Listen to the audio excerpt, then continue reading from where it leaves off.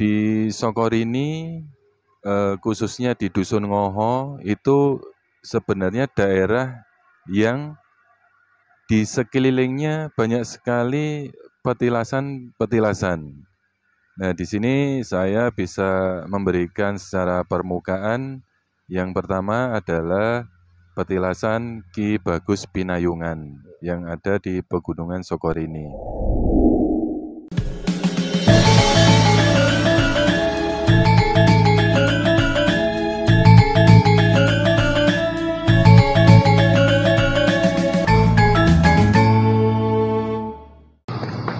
Rahayu. Para pemirsa Raket Prasojo TV channel yang kami hormati, kita berjumpa kembali dalam kegiatan Yayasan Raket Prasojo, sebuah lembaga pengkajian, pelestarian, dan pengembangan budaya Nusantara. Nah, para pemirsa yang saya hormati, barangkali ada yang bertanya ini, kenapa saya pakai jaket ini? Karena ini di daerah Pegunungan Sokorini, cukup dingin dan kabutnya turun ini. Sengaja kita ambil view-nya itu kabut yang turun, sehingga kita saat ini akan membahas temanya adalah petilasan Sokorini, negeri di atas awan. Nah, para pemirsa yang saya hormati, terutama anggota kita yang sudah tergabung di grup WA Raket Prasojo, sudah kita umumkan mulai kemarin, setelah tanggal 6, setelah kita siaran live Dhamma TV, jam 8:30 malam kita melakukan lawatan. Yang pertama kita datangi adalah daerah Jepara, khususnya di daerah Keling. Kemarin kita ke Keling, berangkat 8:30 malam dari kota Malang sampai daerah Keling ini pagi, sekitar jam berapa kemarin, sekitar jam 7 pagi atau berapa kemarin tuh, dan di sana juga termasuk daerah dingin juga, tapi tidak sedingin di sini. Nah, ketika kita bicara tentang daerah Keling, ini adalah daerah yang banyak memunculkan tokoh-tokoh besar, terutama tokoh-tokoh wanita. Yang pertama yaitu Ratu Sima. Ratu Sima ini abad ketiga Masehi. Nah, Ratu Sima ini merupakan cikal bakal dari kerajaan Medang Kamulan, Mataram Medang Kamulan maksud saya. Karena kalau kerajaan Medang Kamulan sendiri ini ada di daerah sekitar Pegunungan Kendeng, yaitu raja dari Sri Mahapunggung, ya, rajanya Sri Mahapunggung 1 sampai 3 yang terkenal, atau Sri Aji Saka. Nah, Pegunungan Kendeng ini dengan Jepara tidak jauh amat, deket lah termasuknya, karena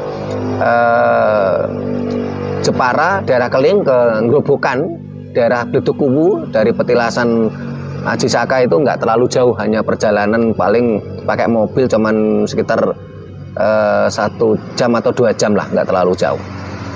Itu adalah kerajaan Medang Kamulan. Nah, kalau Ratu Sima ini abad ketiga, ini adalah cikal bakal dari kerajaan Mataram Medang Kamulan. Cikal bakal dari kerajaan Mataram Medang Kamulan ini abad ketiga. Dan cerita yang paling fenomenal itu adalah waktu itu putra raja ini menemukan pundi-pundi uang, pundi-pundi perhiasan, menemukan di tengah jalan. Maksud beliau, pundi-pundi tadi diamankan sampai si pemiliknya itu nanti nyari. Tapi ini sudah dianggap ini sebuah kesalahan, sehingga walaupun ini putra raja, tetap dihukum potong tangan oleh Ratu Sima. Ini ceritanya sangat luar biasa, turun-temurun sampai sekarang masih diingat banyak orang. Di daerah Keling, selain Ratu Sima, ada juga tokoh legendaris, yaitu Ratu Kalinyamat. Nah, setelah Ratu Kalinyamat, pada masa kolonial Belanda ada tokoh besar wanita juga, yaitu Raden Ajeng Kartini. Nah, setelah kita dari Keling atau daerah Jepara, kita melanjutkan perjalanan ke daerah Limbangan, masuk di wilayah Kabupaten Kendal. Kita nginapnya di sana di Hotel Gading Asri, miliknya salah satu anggota kita, Pak Sugeng Santoso. Bahkan Pak Sugeng Santoso ini menawarkan kepada kita semua anggota Rakyat Prasojo, terutama di daerah Kendal dan sekitarnya, Kendal, Semarang, kalau mau mengadakan pertemuan mau difasilitasi beliau, mulai dari fasilitas nginapnya, akomodasi maupun konsumsinya. Ini barangkali nanti anggota-anggota kita mau ngumpul-ngumpul silakan, dibantu oleh Pak Sugeng Santoso. Nah, dari daerah Limbangan Kendal kita menuju ke daerah Sumowono. Nggak terlalu jauh, tadi perjalanan kurang lebih 30 menit lah, setengah jam. Cuman jalannya banyak tikungan. Bagi orang yang tidak terbiasa jalan tikungan ya harus hati-hati, karena ya tidak ekstrim-ekstrim amat lah, tetapi cukup harus hati-hati karena banyak tikungan dan jalannya tidak terlalu lebar. Nah, di daerah Wonosobo kita menemui salah satu anggota kita, tepatnya di Desa Kemitir, Kecamatan Wonosobo, Kecamatan Sumowono, Kabupaten Semarang. Nah, di Desa Kemitir ini ada petilasan leluhur, yaitu petilasan Sokorini. Kalau kita lihat dari batu petilasannya, ini terbuat dari batu andesit. Nah, kalau kita lihat peradaban leluhur kita, batu andesit ini ada pada masa paling muda, ini adalah Majapahit awal. Kalau Majapahit akhir, sudah mulai memakai batu bata besar. Nah, setelah Majapahit jatuh, bangsa ini leluhur kita tidak mampu membuat peradaban. Kita menjadi terpuruk bahkan sampai detik ini. Nah, di dekatnya petilasan Sokorini ini sekarang kita ngobrol-ngobrol. Ya, kita punya anggota yaitu Mas Frans Suseno. Ya. Rahayu Mas. Rahayu Sagung Dumadi. Nah, para pemirsa yang saya hormati, ya, petilasan Sokorini ini terbuat dari batu andesit. Kita perkirakan pokoknya sebelum Majapahit lah. Apalagi di daerah pegunungan Sokorini ini tidak terlalu jauh dengan pegunungan Dieng. Pegunungan Dieng, entah itu mulai dari pegunungan Sokorini ini, Wonosobo, Temanggung, Magelang, ini merupakan peradaban kuno, yaitu peradaban Mataram Medang Kamulan. Nampaknya alam memberikan petunjuk kepada kita, ini termasuk penelusuran leluhur.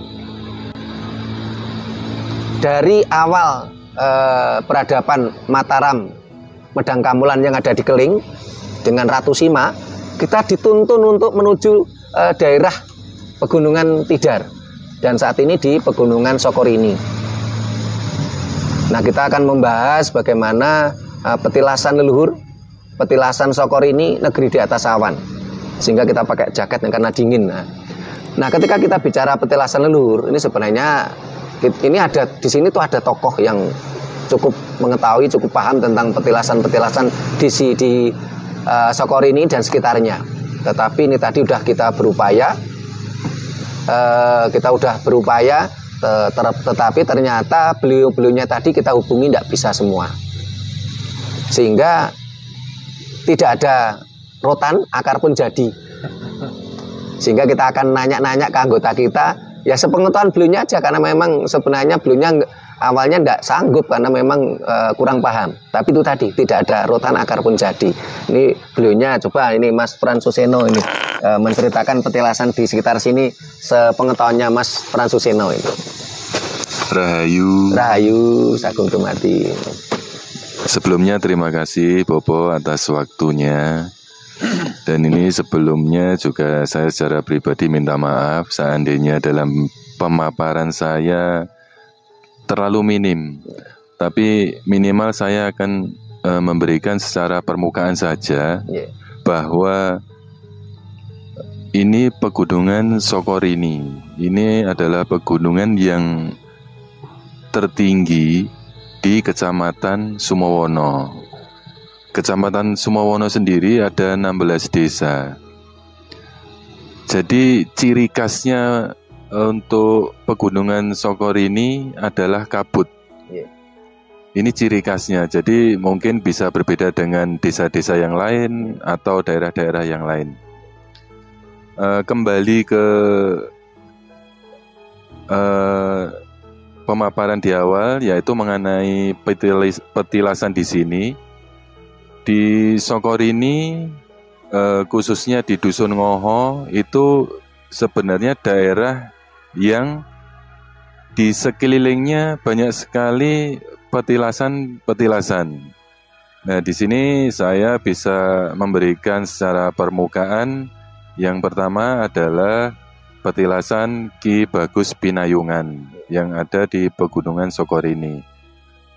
Kalau kita mengarah ke arah barat daya, di situ ada petilasan Sapu Angin. Geser lagi ke arah selatan, di situ ada petilasan Mbah Sarif.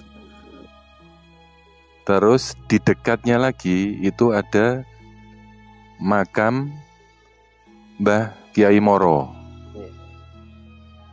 Nah, ini di Dusun Ngoho itu ada petilasan dan makam yang mengelilinginya. Seperti itu.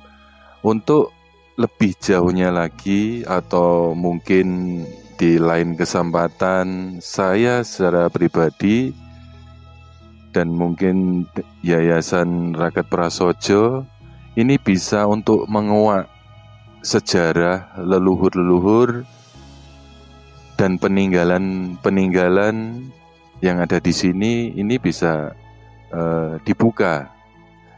Tujuannya adalah untuk memberikan informasi, pengetahuan baru, pengetahuan yang mungkin untuk generasi-generasi yang sekarang ini mungkin banyak yang belum memahami atau mungkin mempelajari, bahkan belum mengerti. Ini sangat bagus sekali karena filosofi beliau-beliau nenek moyang dahulu atau bapak founding father itu jangan melupakan sejarah yang biasa dikenal dengan jas merah. Ya, mungkin ini saja pemaparan saya mengenai petilasan dan makam yang ada di kawasan Sokor ini, khususnya di Dusun Ngoho, lebih khusus lagi di Desa Kemitir, Kecamatan Sumawono. Begitu, Bapak. Terima kasih, Mas Fransuseno. Ketika kita bicara tentang petilasan leluhur, ini biasanya ada beberapa pendekatan ya. Pendekatan pertama itu biasanya adanya cerita tutur di masyarakat. Nah, pendekatan kedua ini biasanya dengan penelitian. Ini tentu melibatkan para akademisi. Nah, saya ingin tanya pada Mas Fransuseno, cerita tutur apa yang berkembang di masyarakat tentang petilasan-petilasan yang ada di Sokor ini? Untuk itu saya mengambil dari nama. Nah, nama ini mungkin bisa sebagai julukan. Misal mengambil dari nama Ki Bagus Pinayungan, istilahnya akan memberikan semacam filosofinya perlindungan. Terus kalau mengacu ke Sapu Angin, ini biasanya gerakannya memang lebih eksternal, lebih ekstrim, lebih keras. Karena bicara menyapu itu biasanya untuk membersihkan. Terus Mbah Moro ini filosofinya biasanya orang berharap agar Moro itu bisa untuk rezekinya, seperti itu. Nah, ini saya lupa satu, Bopo. Jadi ada makam Mbah Timbul. Nah, ini tadi lupa saya paparkan di depan. Jadi ini Mbah Timbul ada makamnya juga sudah bagus, udah diberi ya cukup yang layak lah di situ. Jadi ini Mbah Timbul.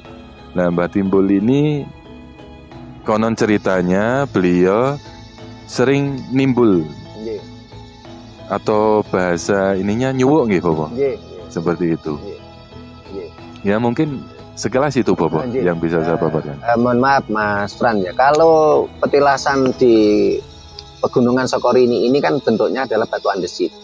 Nah kalau petilasan yang lain yang diceritakan oleh Mas Fran Suseno tadi, itu bentuknya batu andesit ataukah bentuknya makam seperti yang dikatakan Mas Fran tadi? Karena ketika bicara makam itu berarti sudah era Islam, terutama setelah Mataram Islam.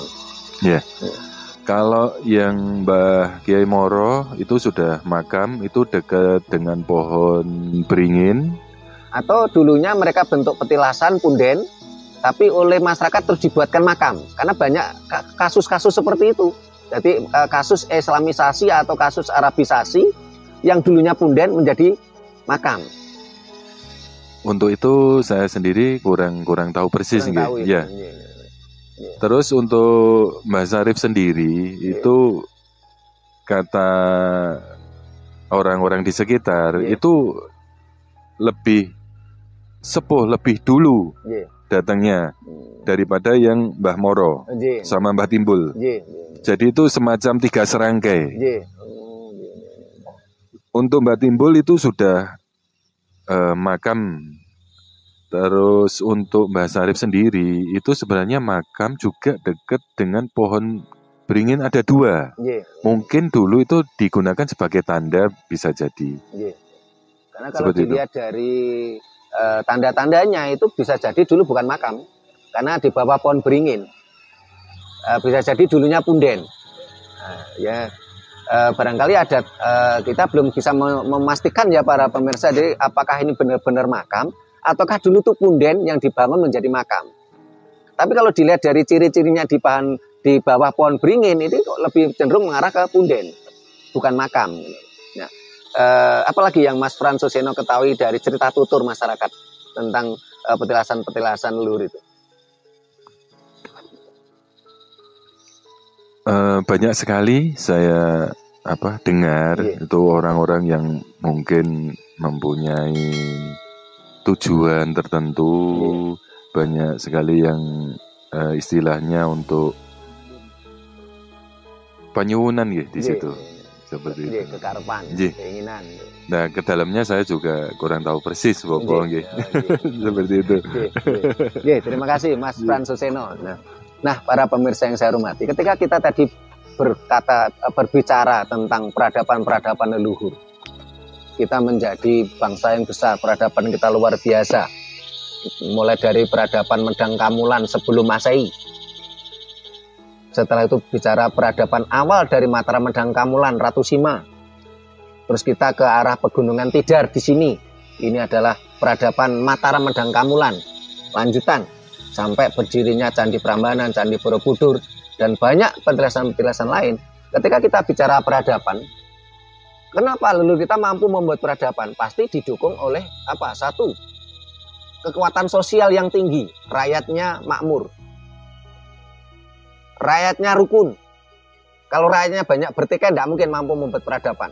Waktunya dan tenaganya habis untuk bertikai.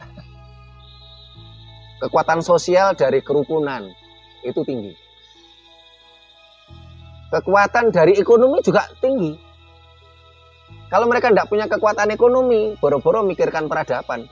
Untuk makan sehari-hari aja kesulitan gitu loh.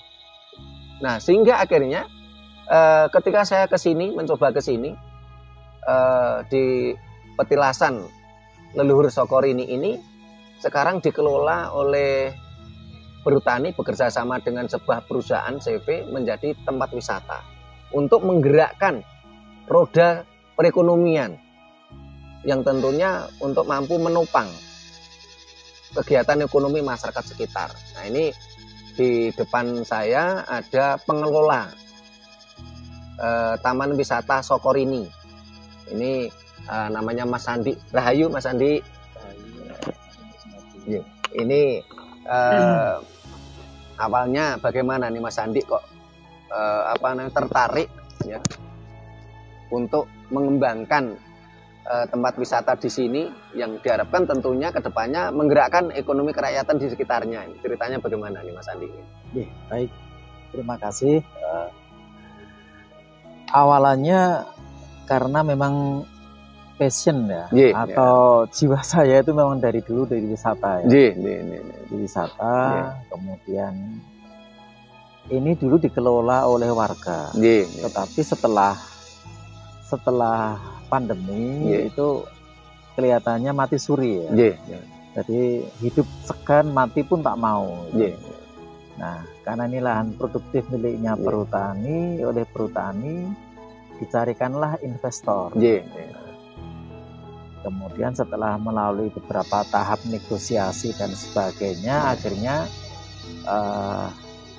investor dari CV Bumi Wisata Agroraya yang terpilih untuk mengelola di sini. Nah, kebetulan CV Bumi Wisata Agroraya menunjuk saya untuk sebagai apa ya istilahnya yang mendekani di sini lah. Nah, ini adalah wisata tapi yang areanya berupa hutan ya, dan cukup luas. Di sini ada sekitar 8,5 hektar. 8,5 hektar. Setelah melalui beberapa kali survei, bisa tertarik ya. Karena di sini selain wisata ada kekuatan religinya. Yang mana religi ini adalah yang ini petilasan tadi. Petilasan ini. Dan di sini pasti ada cerita. Cerita yang mana nanti apabila nantinya kan semua orang punya impian.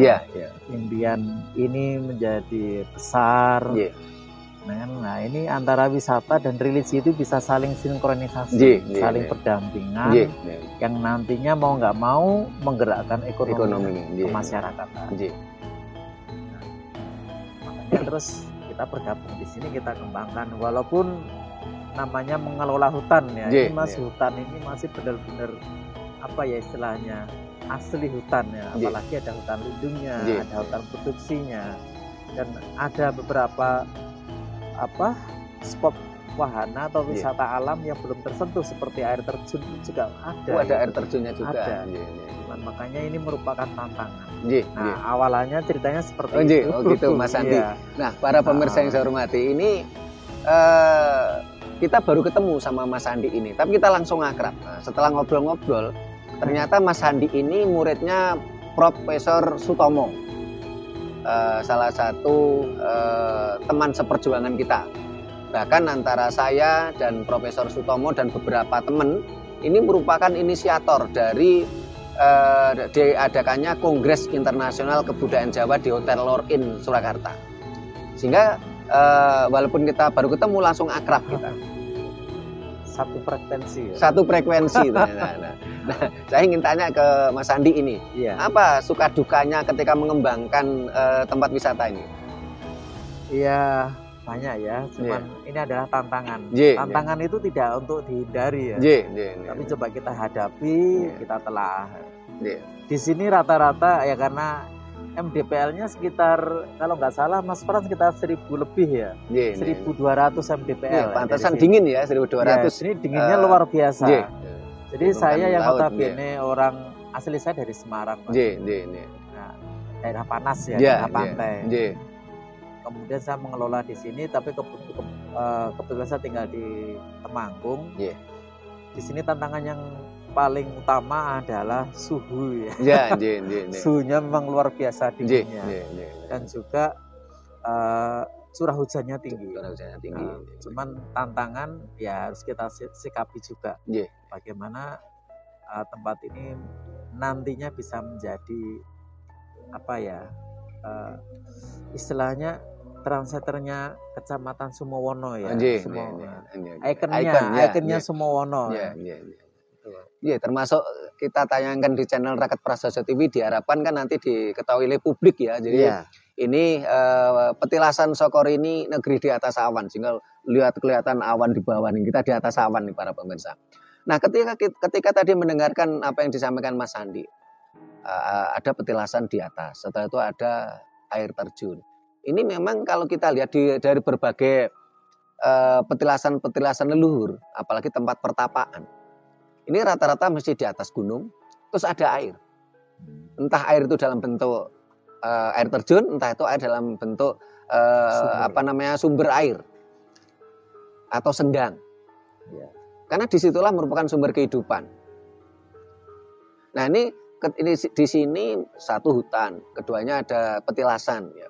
Tentu di sini ada energi semesta yang luar biasa. Nah ini Mas Andi ada pengalaman apa ini terkait ketika mencoba mengelola tempat wisata ini? Ya mau nggak mau kita harus mengembangkan semuanya ya. Karena satu lahannya luas, kemudian wahana alam yang akan kita kembangkan. Jadi seperti kita ada camping ground, kemudian ada juga kita aneka macam spot selfie, kemudian nantinya proyeknya kita akan bangun juga cottage juga seperti itu, kemudian tempat doa dan sebagainya seperti itu. Jadi memang tantangannya ya mau nggak mau ya harus kita jalani. Harus tetap semangat, Mas. Nah, memang para pemirsa tadi ketika kita sebelum rekaman ini, tadi saya sudah kalau dalam istilah Jawa itu mohon izin dulu, kula nuwun kepada para leluhur kita yang ada di sini. Kita sembahyang tadi kita di sini. Benar. Kalau saya lihat ini memang suasananya bagus untuk meditasi, untuk bertapa. Tenang, energi alamnya betul-betul bagus dan masih original energinya. Cuman memang ada beberapa energi negatif yang tidak di bawah memang iya, tapi karena itu dari energi negatif tadi itu terbentuk karena dari keinginan-keinginan manusia yang hanya berpikir pendek. Karena ketika energi alam itu sebenarnya ada negatif, ada positif, tapi terbentuknya mendominasi energi positif atau negatif itu otomatis ketika bersentuhan dengan energi mikrokosmos yang ada dalam tubuh manusia. Karena alam semesta adalah energi makrokosmos. Nah, ini nanti kalau umpamanya dibuat tempat-tempat meditasi bagus ini Mas Andi. Benar sekali. Dulu saya sama salah satu guru saya, Eyang Kartiko Hartono, ini pernah kerjasama dengan pengusaha hotel juga. Waktu itu ada program beliaunya itu lupa saya namanya programnya, tetapi mendatangkan wisatawan asing. Bahkan waktu itu salah satunya adalah Jane Houston. Jane Houston ini adalah penasihatnya Bill Clinton. Nah, kita mengajari wisatawan asing tadi itu semedi ala Jawa. Di tempat yang nuansanya seperti ini. Ini menjadi program tersendiri. Memang sangat cocok sekali untuk meditasi kayak yoga, kemudian istilah sekarang healing ya. Dan tentunya kalau energi positif itu akan berbenturan dengan energi mikrokosmos dalam tubuh manusia yang sama-sama positif, akan membentuk energi positif. Ini yang harus kita pahami gitu loh. Bagaimana energi positif itu yang mendominasi, bukan energi negatif. Ini kedepannya luar biasa ini Mas Andi, kalau mbaknya bisa mempromosikan paket wisata, paket wisata healing atau paket wisata karena dengan berkembangnya zaman ini banyak orang stres. Benar sekali. Entah itu stres memikirkan perusahaannya, stres memikirkan keluarganya, stres memikirkan ekonomi. Nah, mereka butuh penyegaran jiwa gitu. Nah, ini barangkali nanti kalau umpamanya di sini diadakan dan kita diminta untuk ikut ambil bagian juga siap nih Mas Andi. Siap. Ya. Dan para pemirsa ini di sini benar-benar dingin loh, 1200 mdl. Sehingga tadi istrinya Mas Fran awalnya nggak pakai jaket, nggak kuat ambil jaket ini.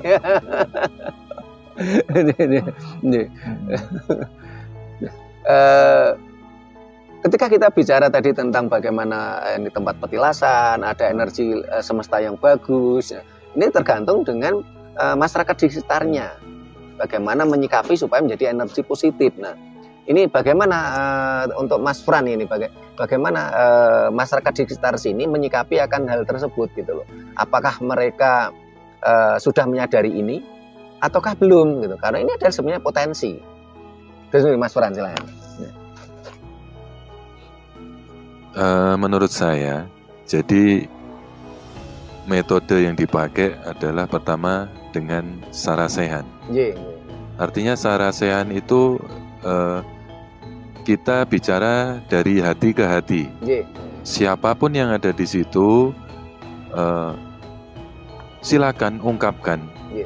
Jadi mau istilahnya kanan, kiri atau apapun, ungkapkan saja di situ. Nanti ada yang memberi wadah, habis itu ada yang memberi solusi, bahkan memang membutuhkan suatu kajian.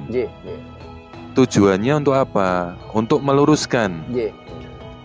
Yang sudah lurus jangan sampai bengkok. Ya, yang bengkok itu agar menjadi lurus kembali. Seperti itu. Jadi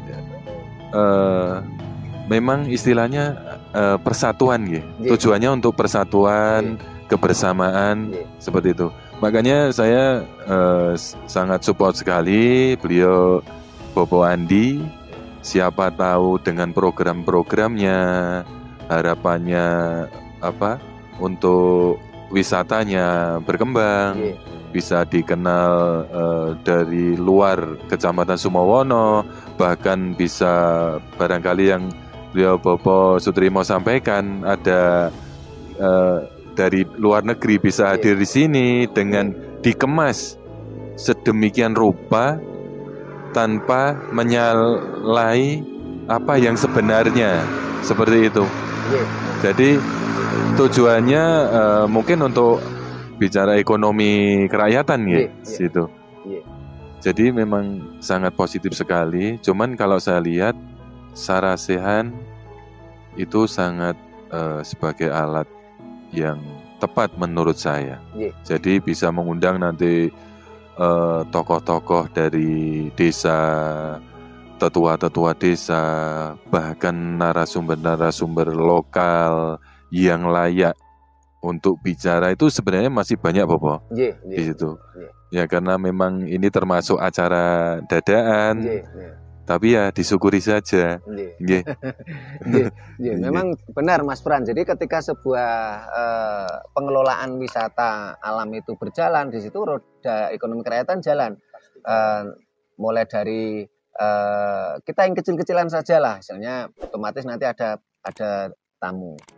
Nah kalau mereka tamunya adalah sebuah pencerahan jiwa untuk karena butuhnya istilahnya healing, otomatis nanti butuh homestay.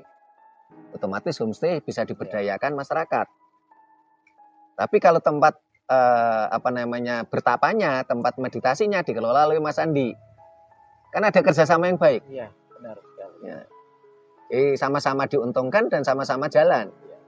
Masyarakat yang stres butuh healing, butuh istilahnya pencerahan jiwanya, dia ke sini mendapatkan apa yang dia inginkan. Jiwanya tenang, jiwanya cerah ya. Di sisi lain masyarakat juga dapat rezeki dari homestay tadi. Dari pengelola wisata juga dapat manfaat, juga ada keuntungan juga.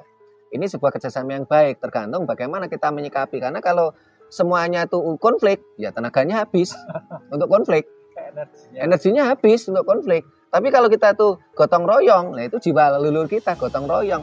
Di situ akan semuanya jalan. Peradaban jalan, ekonomi jalan, nilai-nilai sosial jalan. Ini harus dikedepankan gitu. Nah, ini tadi saya nanya-nanya ke Mas Fran sama Mas Andi inilah. Ini barangkali sebelum acara kita tutup, barangkali sekarang saya kasih kesempatan. Yang Mas Andi dulu atau Mas Fran dulu. Gantian nanya ke kita. Barangkali apa yang mau ditanyakan mumpung saya ke sini. Siapa? Mas Fran dulu atau Mas Andi dulu? Mas Fran dulu, silakan. Terima kasih Bopo. Ini spontan ya. Ini memang acara spontan. Ini pertanyaan juga spontan ya. Saya pengen tanya Bopo. Sebenarnya apa sih tujuan urip? Tujuan hidup. Itu saja Bopo. Terima kasih Mas Fran. Mas Andi mau ditanyakan nanti sekalian saya jawabnya. Kalau saya hal yang umum aja ya. Silakan. Ya semoga dengan apa tadi disampaikan dengan adanya kerukunan, kemudian keterlibatan semua pihak. Nantinya harapan terkecil saya dan kami itu Sukor ini menjadi lebih istilahnya lebih dikenal lebih luas. Ya dua-duanya bersinergi antara religi dan wisata.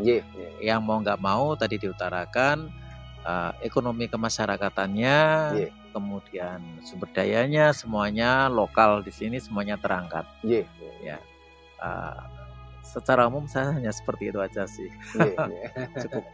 Terima kasih Mas Andi. Nah, para pemirsa yang saya hormati, pertanyaannya Mas Fran ini kalau kita bahas satu konten sendiri. Apa tujuan hidup? Apa yang dicari dalam hidup? Apa tujuan yang urip? Tetapi ini saya jawab sekilas, nanti kita bahas khusus. Kita hidup ini punya tugas. Tugasnya apa? Menjaga hidup. Jadi ketika kita bicara tentang tujuan hidup, tentu kita harus tahu dulu. Karena kita hidup ini kan bukan kehendak kita. Kita hidup adalah karena anugerah Tuhan. Dan di situ ada tentunya kita diberi anugerah hidup, tentunya kita harus menjaga hidup. Apa yang dimaksud menjaga hidup? Menjaga hidup itu satu, otomatis kita harus menjaga keturunan. Kita harus punya keturunan, karena itulah manusia harus berumah tangga. Jangankan manusia, hewan jelas berpasangan. Jangankan kok hewan, tumbuhan aja berpasangan. Nah, barangkali banyak yang paham ya, kates ono kates lanang, kates wedok. Salak ono salak lanang, salak wedok. Karena dalam konsep Jawa itu ternyata lebih akademis. Jadi ketika bicara tentang kehidupan dalam konsep ajaran Jawa, kehidupan ini tidak diciptakan. Kalau dalam konteks konsep agama, kehidupan ini kan diciptakan. Apapun yang ada di dunia ini pasti ada yang menciptakan. Terus ditanya, siapa yang menciptakan? Tuhan. Berarti Tuhan ada. Terus siapa yang menciptakan Tuhan? Mereka bingung jawab. Kalau jawaban saya sederhana, siapa yang menciptakan Tuhan? Manusia. Karena Tuhan itu imajinasinya manusia. Ada Tuhan berimajinasi, ada Tuhan diberi nama. Nah, tapi dalam konsep ajaran Jawa, kehidupan ini bukan diciptakan. Kehidupan ini tercipta. Diciptakan dengan tercipta berbeda. Di tengah hutan ada misalnya lubang, joglangan. Kemarau kering. Setelah ada hujan begini, ada air. Lama-lama di situ ada kehidupan. Terus siapa yang benar? Tercipta di situ. Jadi kehidupan itu tercipta. Tercipta berawal dari mana? Dari Linggayoni. Linggayoni ini kalau bahasa sekarang ya Planangan lan Pawadonan. Manusia, hewan, tumbuhan semua tercipta dari Linggayoni. Karena itu tujuan kita harus menjaga hidup. Salah satunya adalah berumah tangga. Menjaga hidup keharmonisan dengan rumah tangga internal dan eksternal dengan masyarakat. Setelah itu kita harus membangun, istilahnya kita membangun kehidupan. Ngelakoni dharmaning urip. Apa itu ngelakoni dharmaning urip? Urip itu ono lan ora ono. Hidup itu ada dan tidak ada. Apa itu? Eksistensi diri. Dharmaning urip itu eksistensi diri. Contoh, ketika saya belum kenal Mas Andi akan mengatakan Sutirmo itu tidak ada. Kenal aja enggak kok. Nah, ketika kita mencoba ngelakoni dharmaning urip, kita terus berjuang dan akhirnya kita bertemu. Kan Mas Andi akhirnya mengatakan, Sutirmo itu ada. Nah, selama ini banyak orang yang belum mampu ngelakoni dharmaning urip karena mereka terbelenggu oleh dogma dan egoisme. Merasa dirinya paling hebat. Merasa dirinya paling suci. merasa dirinya paling baik, merasa dirinya paling dekat dengan Tuhan.